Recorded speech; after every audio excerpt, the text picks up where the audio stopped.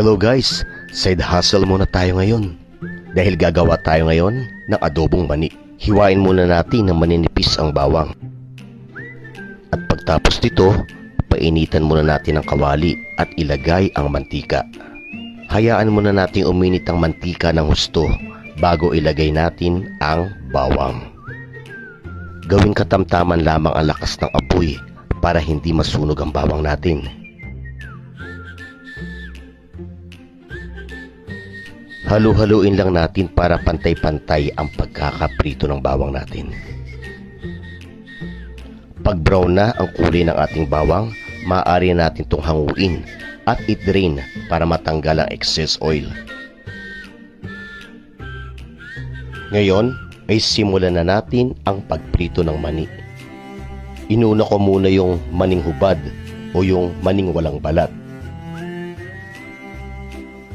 Tapos, halu-haluin lang para maging pantay-pantay yung pagkakaluto nito.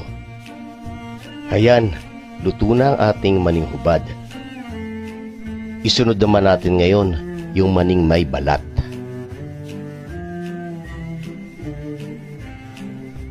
Tiyakin na nasa katamtaman lamang ang lakas ng apoy para hindi masunog ang mani.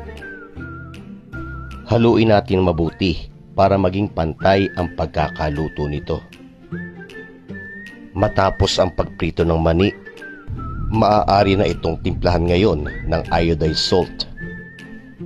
Pwede din naman kayong gumamit o maglagay ng mga food enhancers para sa karagdagang lasa. Pero ako, iodized salt lang sapat na at masarap na. Halu-haluin lang natin. Ngayon ay ready na tayo para sa pagre-repack ng ating adobong mani.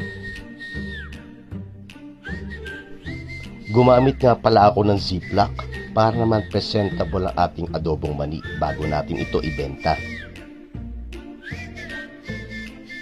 Ayan, tapos na tayo mag-repack ng ating adobong mani.